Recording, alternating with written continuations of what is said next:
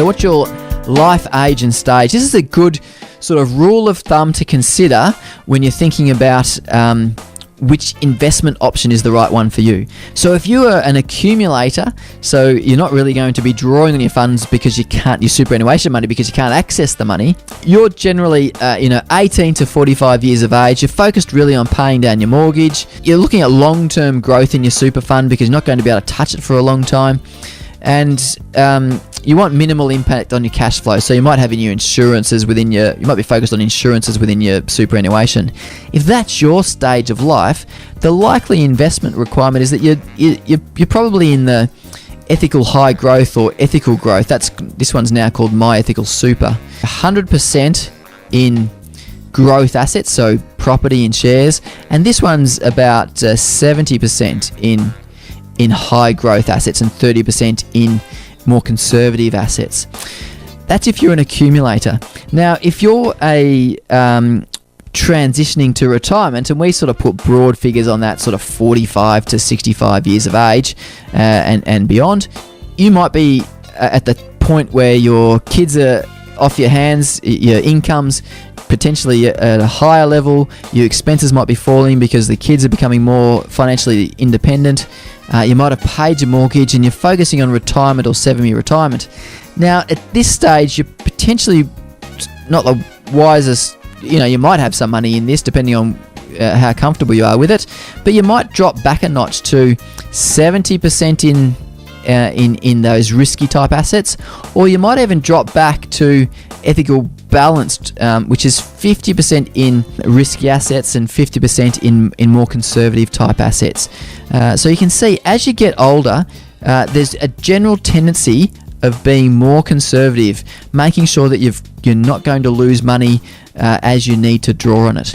So in retirement or closer to retirement, 65 plus, you want a consistent financial situation. You don't want to see massive fluctuations in your super account. You're probably drawing regular payments and you're more focused potentially on security of your income.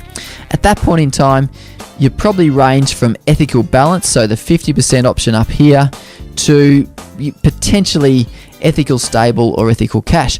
One thing to mention here is that often what we're recommending these days is that when you are in the pension phase of superannuation, is that you might have a combination of investment options.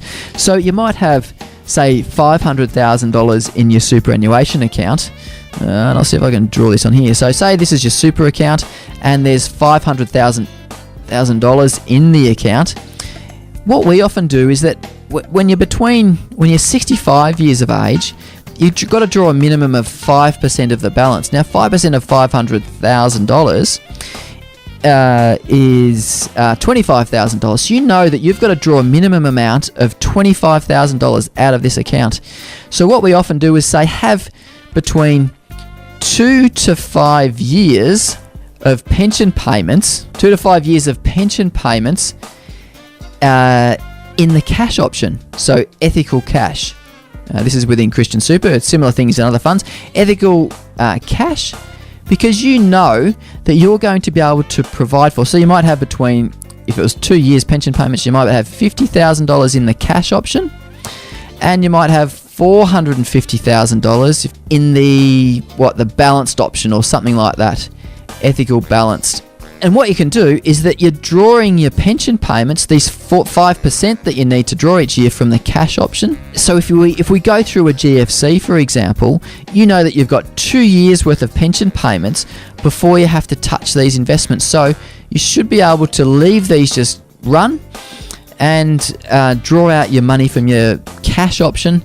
And this money can go up and down in value. You just don't need to touch it. So if you have a GFC scenario and this $450,000 goes down to $400,000 or so, what you can do is continue to draw off your cash, and that should give you sufficient time to then see that money go back up to $450,000 and beyond again.